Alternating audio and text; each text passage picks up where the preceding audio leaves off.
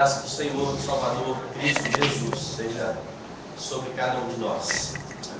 Vamos abrir nessa manhã, irmãos, a palavra de Deus no livro de Números, capítulo 11. Eu quero ler do verso 10 até o verso de número 30. Eu peço aos irmãos que mantenham suas Bíblias abertas durante a exposição da palavra, para ver se as coisas são de fato assim. Números 11, do verso 10 até o verso de número 30. Diz assim: Então Moisés ouviu chorar o povo por famílias, cada um à porta da sua tenda. E a ira do Senhor grandemente se acendeu, e pareceu mal aos olhos de Moisés. Disse Moisés ao Senhor: Por que fizeste mal a teu servo? E por que não achei favor aos teus olhos, visto que puseste sobre mim a carga de todo esse povo? Concebi eu porventura todo este povo? Dei eu à luz para que me digas: leva-o ao teu colo, como a ama leva a criança que mama, a terra que sob juramento prometeste a seus pais? Onde teria eu carne para dar a todo este povo? Pois chora diante de mim, dizendo: dá-nos carne que possamos comer. Eu sozinho não posso levar todo este povo, pois me é pesado demais. Se assim me tratas, mata-me de uma vez, eu te peço, se tenho achado favor aos teus olhos, e não me deixes ver a minha miséria. Disse o Senhor a Moisés: Ajunta-me 70 homens dos anciãos de Israel, que sabem serem anciãos e superintendentes do povo, e os trarás perante a tenda da congregação.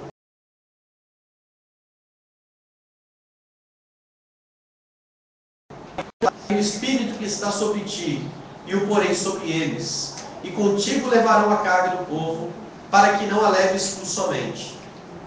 Dize ao povo: santificai-vos para amanhã, e comereis carne, porquanto chorastes aos ouvidos do Senhor, dizendo: quem nos dará carne a comer? Íamos bem no Egito. Pelo que o Senhor vos dará carne, e comereis. Não comereis um dia, nem 2, nem 5, nem 10, nem ainda 20, mas o mês inteiro, até vos sair pelos narizes, até que vos enfastieis dela, porquanto rejeitastes o Senhor, que está no meio de vós, e chorastes diante dele, dizendo: por que saímos do Egito? Respondeu Moisés: 600.000 homens de pé é este povo no meio do qual estou, e tu disseste: dar-lhes-ei carne, e a comerão o mês inteiro. Matar-se-ão para eles rebanhos de ovelhas e de gado que lhe bastem? Ou se ajuntarão para eles todos os peixes do mar que lhes bastem? Porém o Senhor respondeu a Moisés: ter-se-ia encurtado a mão do Senhor? Agora mesmo verás se cumprirá ou não a minha palavra. Saiu, pois, Moisés e referiu ao povo as palavras do Senhor, e ajuntou 70 homens dos anciãos do povo, e os pôs ao redor da tenda. Então o Senhor desceu na nuvem e lhe falou, e tirando do espírito que estava sobre ele, o pôs sobre aqueles 70 anciãos. Quando o espírito repousou sobre eles, profetizaram, mas depois nunca mais. Porém no arraial ficaram 2 homens, um se chamava Eldade e outro Medade. Repousou sobre eles o espírito, porquanto estavam entre os inscritos, ainda que não saíram à tenda, e profetizavam no arraial. Então correu o moço e o anunciou a Moisés, e disse: Eldade e Medade profetizam no arraial. Josué, filho de Nun, servidor de Moisés, um dos seus escolhidos, respondeu e disse: Moisés, meu senhor, proíbe-me. Porém Moisés lhe disse: tens tu ciúmes por mim? Tomara todo o povo do Senhor fosse profeta, que o Senhor lhes desse o seu espírito. Depois Moisés se recolheu ao arraial, ele e os anciãos de Israel. Vamos orar. Pai amado, Deus bendito, nós louvamos o teu nome, agradecemos porque na manhã do dia do Senhor temos o privilégio de nos reunir como corpo, como ovelhas do seu pasto, para prestar culto a Ti. E ter a certeza de que somos aceitos a Deus mediante Cristo Jesus, o nosso intercessor. Nós damos graças ao Teu nome, ó Deus, porque o Senhor nos instrui pela Tua palavra. E nesse instante, ó Deus, em que ela será exposta, rogamos que nos abençoes, que ilumine, ó Deus, o nosso entendimento, a fim de compreendermos a Tua palavra. Que ela cumpra aquilo que lhe apraz nessa manhã, Pai. Que ela nos edifique, nos exorte, nos console, nos anime, para a glória do Teu nome. Em nome de Jesus. Amém. Amém. Irmãos, não é difícil passar por situações angustiantes, situações que acabam muitas vezes nos esgotando e muitas vezes fazendo com que desistimos de lutar e de enfrentar os problemas. E esse texto que nós lemos nessa manhã, um texto que fala a respeito de Moisés e da sua atitude ali diante do povo, nos mostra um Moisés abatido, um Moisés que chega a desejar aqui a morte. É um texto em que muitos irmãos olham e dizem o seguinte: se Moisés passou por isso, quanto mais eu. E acabam enxergando as escrituras com as lentes seculares, querendo interpretar a história de Moisés simplesmente como um homem que passou por um problema de saúde, um homem que passou por depressão, e isso levou Moisés a toda essa crise. Mas eu queria não olhar o texto de forma tão próxima. Eu queria me afastar um pouquinho do texto, porque eu creio que muitas vezes nós estamos tão próximos das nossas situações, nós não lidamos direito com elas. É preciso então olhar de longe para ver o que a Escritura diz no todo e como que esse texto se encaixa em todo o contexto vivido aqui por Moisés e em toda a revelação geral do Senhor. Nós vemos aqui, já durante a liturgia, um texto que mostra o nascimento de Moisés, que mostra como Deus, de forma providente, fez com que Moisés, um daqueles que estavam condenados à morte ali pelo faraó, viesse a morar na casa de Faraó, sendo educado ali durante 40 anos. Nós sabemos também que depois desses 40 anos, Moisés fugiu para o deserto, texto também lido nessa manhã, e ficou ali durante mais 40 anos. E em todo esse tempo, nesses 80 anos, Moisés está sendo preparado por Deus para a missão de retirar o povo do Egito. Deus vai aparecer a Moisés ali daquela sarça que ardia e não se consumia, e vai falar a Moisés que ele seria o libertador do povo. E Moisés está ali titubeando, dizendo a Deus que não teria condições de fazer tudo isso. E veja, Deus estava preparando Moisés durante toda uma vida para a missão que havia dado àquele homem. Moisés ouve a voz de Deus. Moisés vai diante do faraó. O povo é liberto, e esse povo, por causa de toda a sua rebelião e desobediência contra Deus, fica mais 40 anos ali peregrinando no deserto. E vez por outra esse povo murmurava. O mesmo povo que era alvo de bênçãos de Deus e que se alegrava, por exemplo, quando Deus deu o maná pela primeira vez e o povo dizia: mas que pão é esse? Que pão gostoso é esse? Era o povo que daí a pouco dizia: mas só tem esse pão para comer, não tem mais nada para comer. Quem dera estivéssemos ainda no Egito. Lá no Egito nós tínhamos carne. E começavam a se lembrar daquilo que tinha de bom no tempo em que eles estavam na escravidão. E o alvo de tudo isso era sempre Moisés. Moisés, como líder do povo, era aquele que sempre ouvia as suas reclamações. E o contexto em que temos aqui no capítulo 11 é um contexto em que mais uma vez esse povo está diante de Moisés, dizendo: Deus não está tratando bem de nós. Deus está fazendo com que passemos aqui por muitas dificuldades. E aqui então, no capítulo número 11 de Números, nós vemos Moisés em crise e vemos como que Deus trata essa crise de Moisés. Eu quero olhar para esse texto então, primeiro, vendo que Moisés tem uma visão equivocada da realidade. Tenho dito aqui esses dias que toda a nossa vida, todas as nossas ações, todas as nossas emoções elas partem de convicções e da forma como nós interpretamos a realidade. E é isso que nós vemos aqui na vida de Moisés. Diante da pressão do povo, Moisés se revela alguém que não enxerga direito a situação. E por não enxergar direito a situação, ele acaba interpretando a história de forma equivocada. Ele acaba interpretando a história, colocando o homem como centro de todas as coisas, e isso faz com que ele chegue a conclusões erradas. Olhem lá para o texto. A primeira coisa que Moisés faz é acusar Deus de ser injusto. Aí nos versos 10 e 11, o texto diz: Então Moisés ouviu chorar o povo por famílias, cada um à porta da sua tenda. E a ira do Senhor grandemente se acendeu, e pareceu mal aos olhos de Moisés. Disse Moisés ao Senhor: Por que fizeste mal ao teu servo? E por que não achei favor aos teus olhos, visto que puseste sobre mim a carga de todo esse povo? Moisés ouve o povo reclamar, dizendo que Deus não estava sendo bom com eles. E ao invés de olhar para a história, para toda a história que tinha ocorrido até ali, para toda a história da providência de Deus, tirando o povo da escravidão e agora conduzindo para uma nova terra, Moisés toma partido do povo.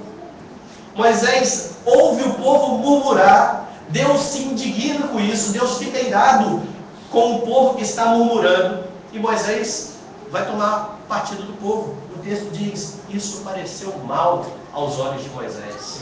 É então que Moisés vai dizer ao Senhor: por que o Senhor faz mal ao teu servo, ou seja, a mim?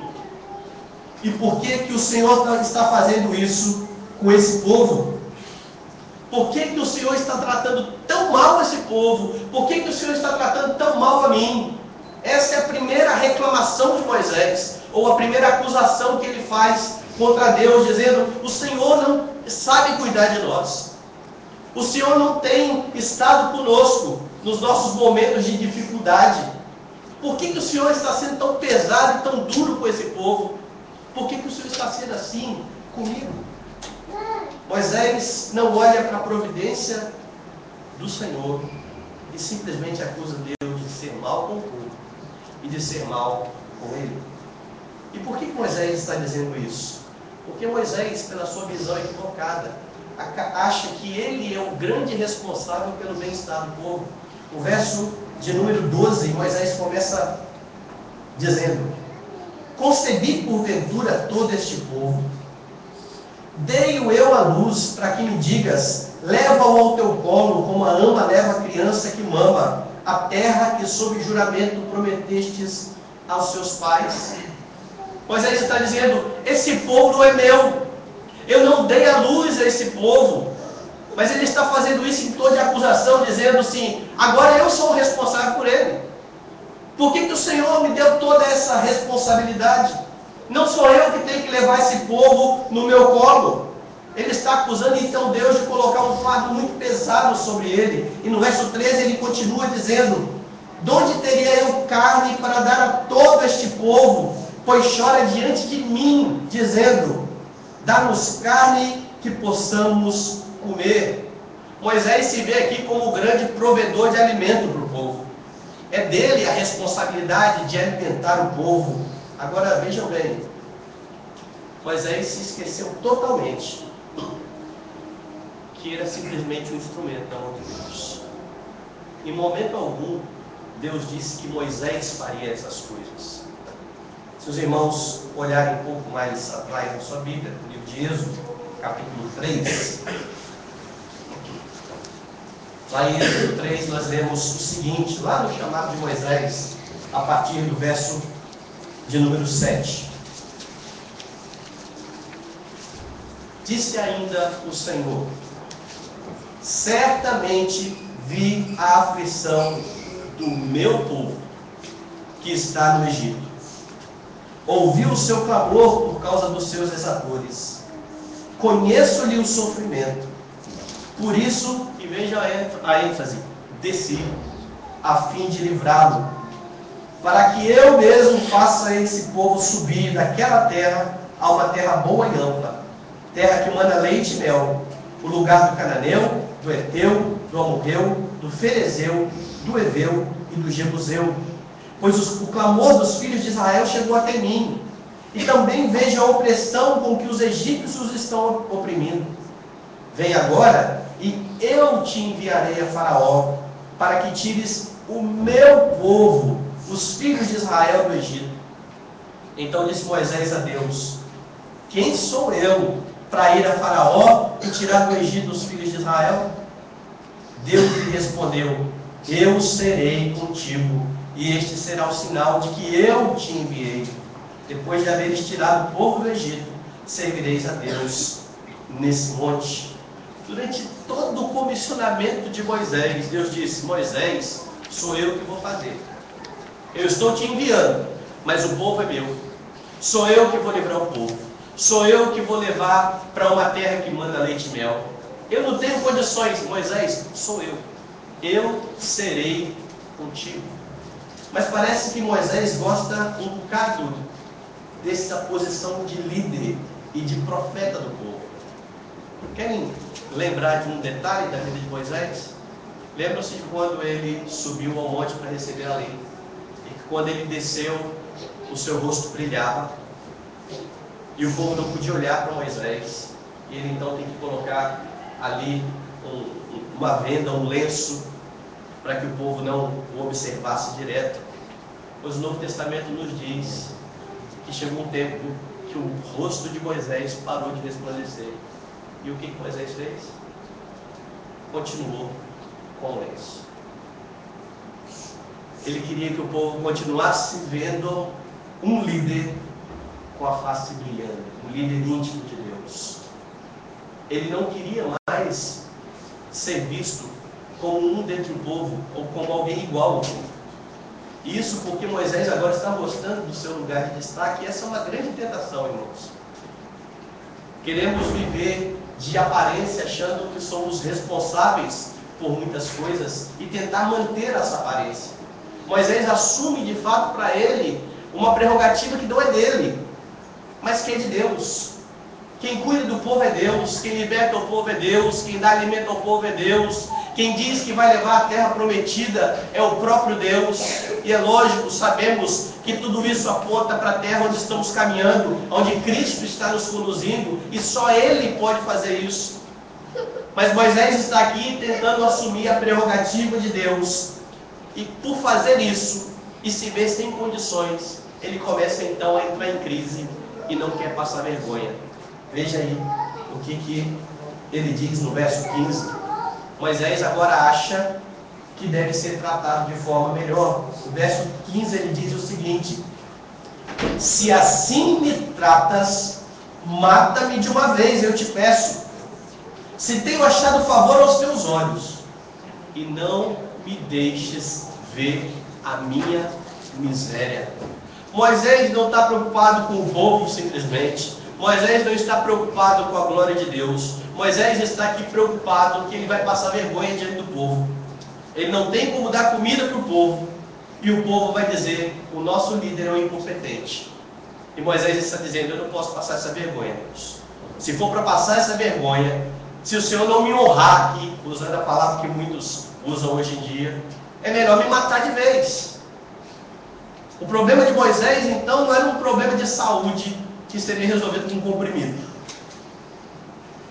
O problema de Moisés era um problema de pecado, onde ele tira a glória de Deus e tenta trazer a glória para ele mesmo, quando ele assume a prerrogativa que não é dele, de cuidar do povo.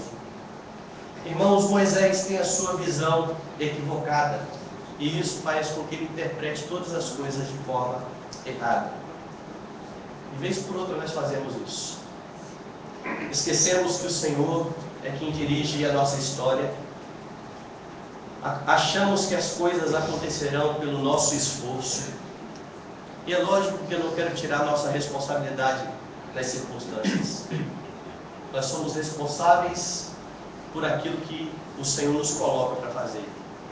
Mas nós não podemos perder de vista nem por um momento de que Deus é quem faz através de nós. Tiago nos lembra isso dizendo: não vos enganeis. Toda boa dádiva, todo dom perfeito são lá do alto, descendo do Pai das luzes, em quem não há variação ou sombra de mudança. Mas muitas vezes nós queremos tomar as rédeas da nossa vida nas nossas mãos. E até cantamos muitas vezes num dos nossos hinos dizendo: as tuas mãos dirigem o meu destino. Nós cantamos isso, mas na hora de viver isso é muito difícil.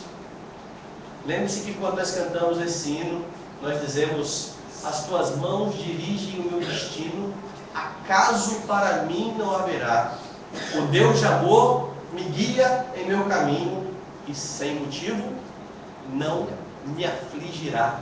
Nós cantamos isso comunitariamente e passamos por aflições e começamos a murmurar com Moisés, dizendo: Deus, o que eu fiz para merecer isso? É isso que eu recebo por ser crente? É isso que eu recebo por estar todo domingo na igreja, na escola dominical? É isso que eu recebo depois de trabalhar tanto tempo no seu reino? É assim que o Senhor me trata? E muitas vezes estamos fazendo a mesma coisa que Moisés, apontando o nosso dedo para Deus e dizendo: o Senhor não sabe cuidar de nós. Mas vejam, irmãos, eu tenho dito aqui nesses dias também que as circunstâncias são usadas por Deus para revelar o nosso coração. E é isso que Deus está fazendo com Moisés. Deus está expondo o coração de Moisés, mostrando todo o orgulho que havia ali. Orgulho que deveria ser retirado da vida de Moisés, porque enquanto ele vivesse a vida nessa perspectiva, ele continuaria murmurando, continuaria acusando Deus de injustiça, continuaria achando que deveria ser tratado de forma melhor. Quantas vezes nós também não temos murmurado diante de Deus, insinuando ou falando diretamente que Deus nos deveria tratar de forma muito melhor? Agora, como é que nós podemos nos livrar de uma visão equivocada? A primeira coisa que Deus faz aqui é usar circunstâncias, um povo que murmura, para que o coração de Moisés orgulhoso seja exposto. E agora o pecado de Moisés vem à tona. Como é que Deus trata Moisés? Primeira coisa que Deus faz: Deus reparte o trabalho. Veja aí os versículos 16 e 17. Disse o Senhor a Moisés: ajunta-me 70 homens dos anciãos de Israel, que sabem serem anciãos e superintendentes do povo, e os trarás perante a tenda da congregação, para que assistam ali contigo. Então descerei, e ali falarei contigo. Tirarei do espírito que está sobre ti, e o porei sobre eles, e contigo levarão a carga do povo, para que não a leves tu somente. Deus diz a Moisés: você está com muito trabalho. Essa é a acusação. Você acha que você está trabalhando muito? Você acha que eu coloquei uma carga muito grande em cima de você? Faça o seguinte, Moisés: chamei 70 homens, reparta o trabalho, e agora o peso vai ser dividido. Você não vai ter por que murmurar mais. Com isso, Deus está fazendo, primeiro, mostrando a Moisés que não exigia mais do que Moisés podia fazer. Primeira coisa que Deus está fazendo aqui. Mas é lógico que o problema não estava nisso somente. A prova disso nós vamos ver daqui a pouco. O restante do texto diz assim, verso 18: dize ao povo: santificai-vos para amanhã, e comereis carne, porquanto chorastes aos olhos do Senhor, dizendo: quem nos dará carne a comer? Íamos bem no Egito. Pelo que o Senhor vos dará carne e comereis. E veja como Deus está irado.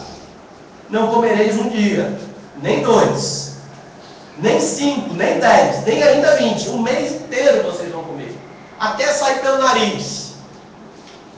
É carne que vocês querem. Eu vou dar tanta carne que vocês vão ficar enjoados de comer carne. O que Moisés faz? Continua achando que ele é o provedor de carne.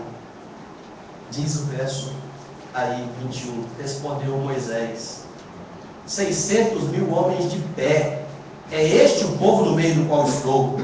E tu disseste: dar-lhes carne, e a comerão o mês inteiro. Matar-se-ão para eles rebanhos de ovelhas e de gado que lhes bastem? Ou se ajuntarão para eles todos os peixes do mar que lhes bastem? Moisés está dizendo a Deus agora o seguinte: O senhor não entendeu bem o que eu estou dizendo. Esse povo é grande. Eu não tenho condições de dar carne para esse povo inteiro. Mas Deus está dizendo, sou eu que vou dar a Moisés. E Moisés está dizendo, não, Senhor, não tem condições. É muito povo. Não tem gado que baste para esse povo. Não tem peixe que baste para esse povo. Esse povo cobra muito de mim. E o que Deus então faz com Moisés? Primeiro ele dividiu o trabalho. Isso serve ainda para mostrar um pouco mais do coração de Moisés. E agora, com o coração de Moisés totalmente exposto, Deus repreende a soberba de Moisés. De forma muito dura. Deus diz a Moisés, no verso 23, ter-se-ia encurtado a mão do Senhor. Agora mesmo verás se se cumprirá ou não a minha palavra. E Deus está dizendo a Moisés, você está esquecendo quem eu sou.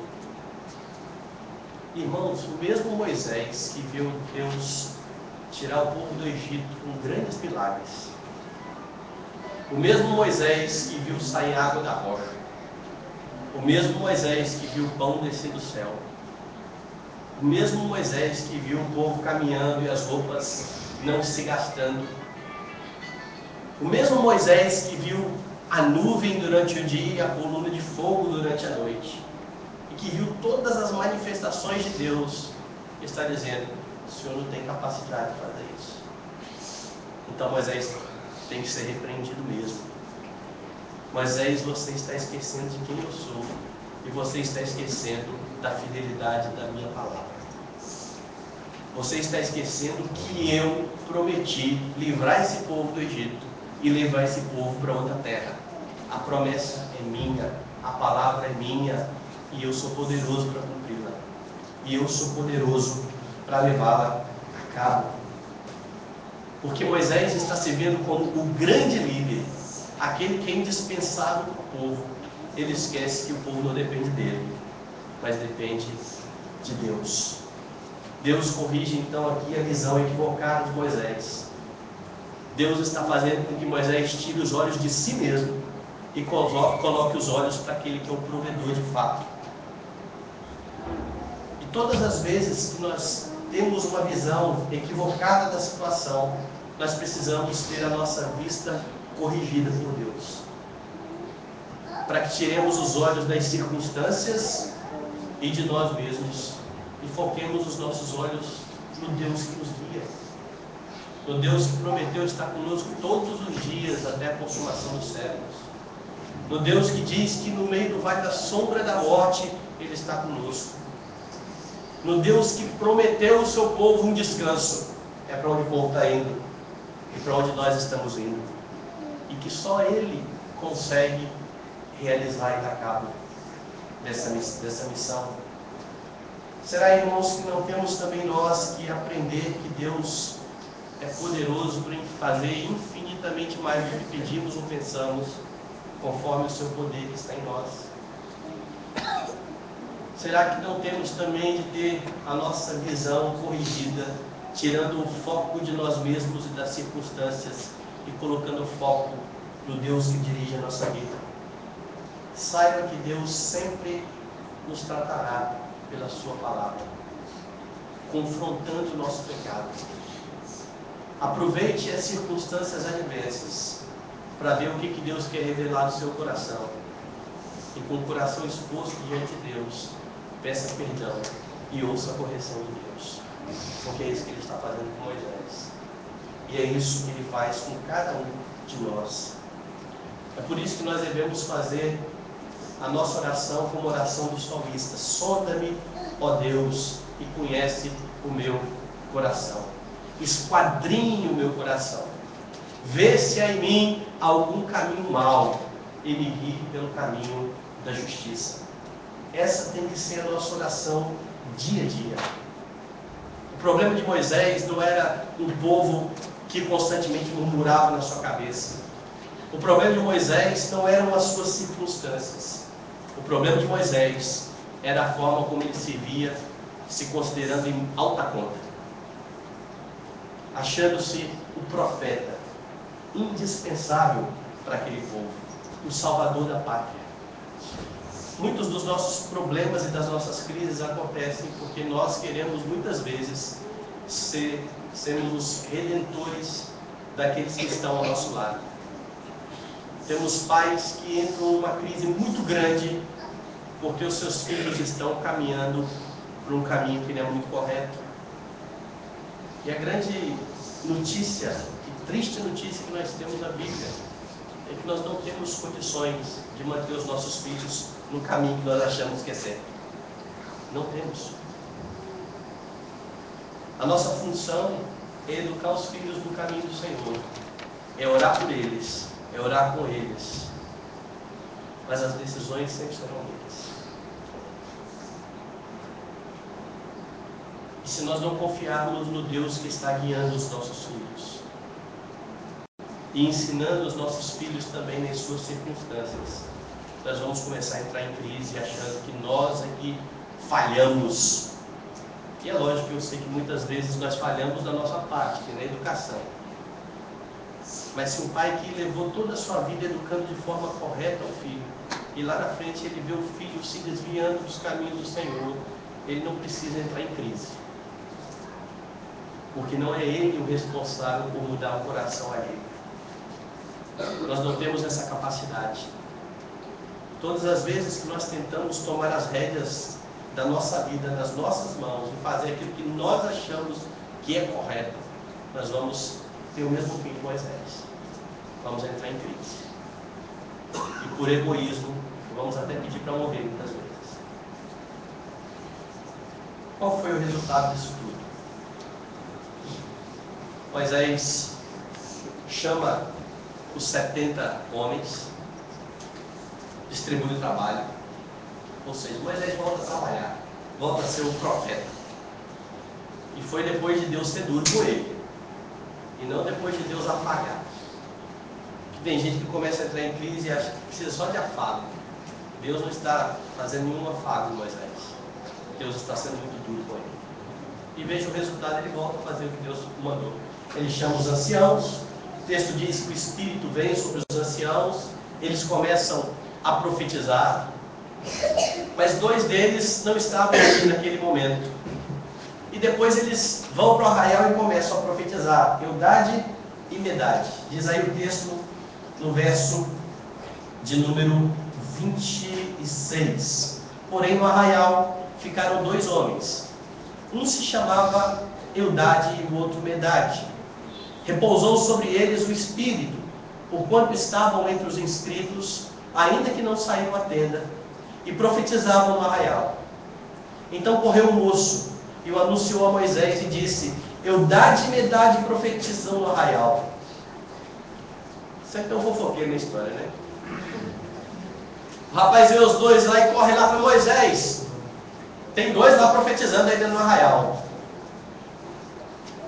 O mesmo Moisés, que se achava indispensável, que se achava um profeta, que pouco tempo atrás, na pressão do povo, começa a acusar Deus, está diante de outra circunstância, e uma circunstância parecida. Ele está diante de tentação aqui.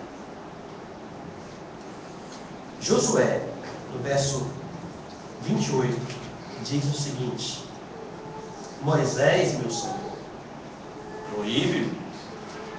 Josué encosta em Moisés e diz: o profeta aqui é o Senhor.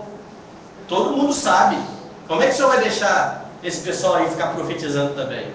Isso é tentação, como eu disse. Mas Moisés não reclama mais. Moisés não murmura mais. Moisés não diz: é isso que o Senhor faz comigo. Eu sou aqui profeta. Eu estou aqui diante desse povo. Eu que aguento esse povo reclamando dia e noite. E o Senhor agora deixa outro profetizar também. É por isso que Josué está falando: deixa isso não, Moisés. Pode parar com isso. A resposta de Moisés é fantástica. E mostra que o coração de Moisés agora tem uma outra inclinação. Moisés aprendeu a lição e Moisés olha para Josué e diz: você está com ciúme por mim? Quem dera todo o povo fosse profeta. Mas não era essa a visão de Moisés lá atrás. Lá atrás ele era o profeta. Ele era aquele que queria ser visto como o profeta. Ele era aquele que vivia de aparência muitas vezes, para que o povo o visse dessa forma. E agora ele está dizendo, quem dera que todo o povo fosse profeta. E essa é uma das promessas também do Senhor, do sacerdócio universal dos crentes.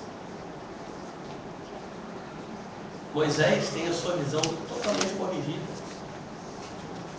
quando Deus o confronta pela sua palavra. Então veja como que a história acontece. Moisés está numa circunstância diversa.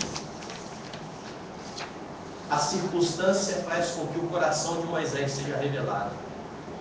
Deus confronta o coração de Moisés com a sua palavra. E agora Moisés consegue ter atitudes corretas em circunstâncias adversas. O grande problema, irmãos, não são as nossas circunstâncias. O grande problema é o nosso coração. É a forma como nós reagimos às circunstâncias. Não são causas externas. A causa está aqui, dentro de nós. Vocês se lembram de Tiago, quando ele pergunta de onde procedem as guerras e as contendas que há entre vós? E alguns diriam, lógico, da minha família. Meu esposo é um tranqueira. Minha esposa é insuportável. A gente briga demais. Meu filho é muito rebelde. As minhas brigas procedem disso, do meu chefe, que só vive pegando no meu pé. Mas Tiago responde, de onde? Senão dos desejos que habitam na vossa carne. Cobiçais e nada tendes, matais e invejais e nada podeis obter, viveis a lutar e a fazer guerras, pedis e não recebeis porque pedis mal, para esbanjardes nos vossos prazeres.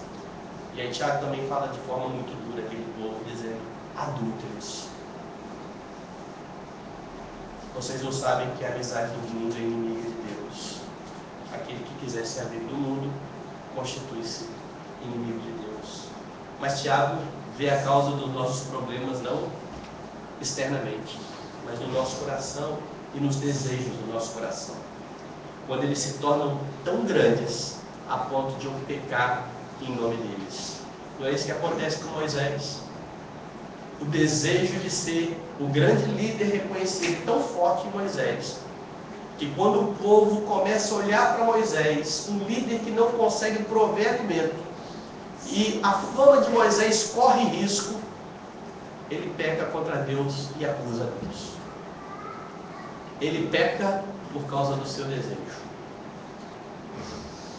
Irmãos, nós devemos aprender que todas as coisas cooperam para o nosso bem.